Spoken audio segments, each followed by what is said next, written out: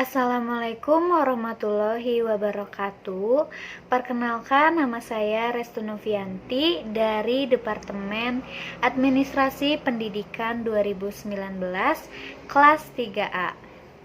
Pada video kali ini, saya akan memaparkan hasil review atau resum perkuliahan pada pertemuan pertama mengenai mata kuliah Filsafat Administrasi Pendidikan.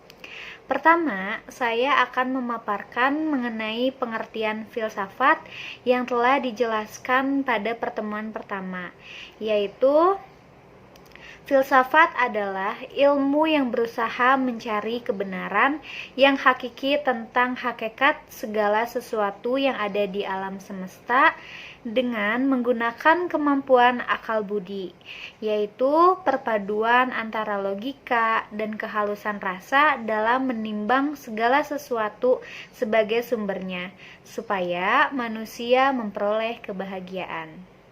Kedua, saya akan memaparkan pengertian filsafat pendidikan yang telah dijelaskan pada pertemuan perkuliahan, yaitu filsafat pendidikan adalah ilmu yang mempelajari tentang kebenaran yang bersifat realistis, sehingga dapat mengubah sikap dan tingkah laku seseorang melalui pengajaran yang bersifat mendidik.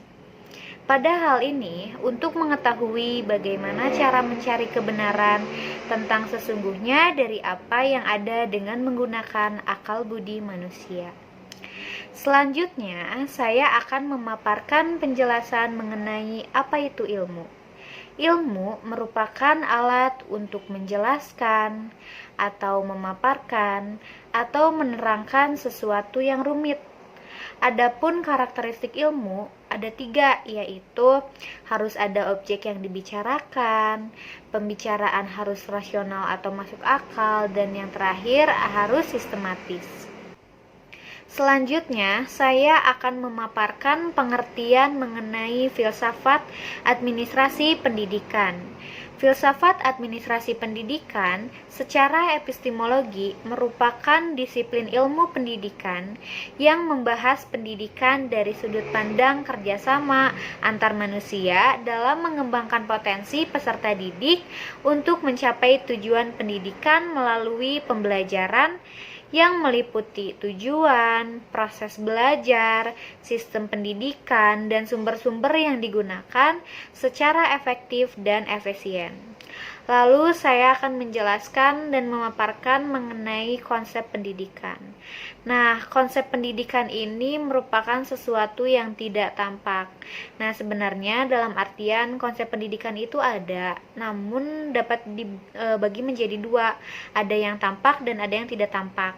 Nah, untuk yang tampak ini artinya akan terlihat jelas, contohnya seperti gedung atau fasilitas, itu tuh yang dapat terlihat. Nah, tetapi untuk yang tidak tampak ini seperti bagaimana pendidikannya itu berlangsung, ataupun bagaimana cara pengelolaannya yang terdiri dari kepemimpinan, kurikulum, proses belajar, evaluasi, dan lain-lain.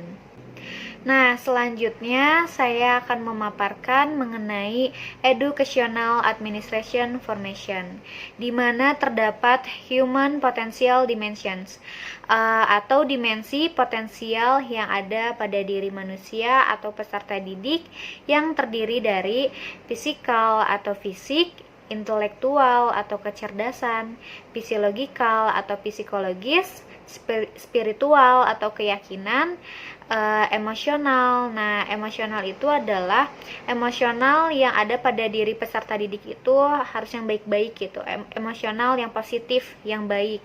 Dan yang terakhir ada sosial atau environmental atau lingkungan dengan pergaulan yang baik. Nah, jadi potensi yang dimiliki manusia tersebut itu dapat dikembangkan melalui pendidikan atau education yang terbagi menjadi 3 struktur.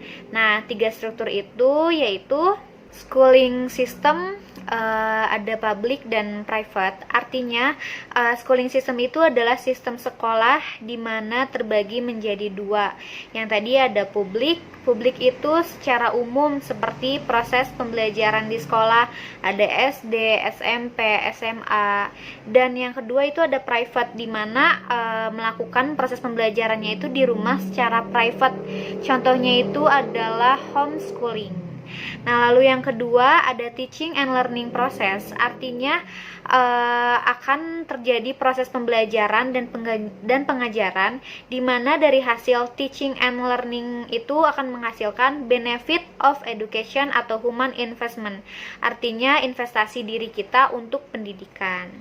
Nah, jadi itu adalah pemaparan mengenai perkuliahan pertama mata kuliah Filsafat Administrasi Pendidikan. Jadi sekian dari saya. Wassalamualaikum warahmatullahi wabarakatuh.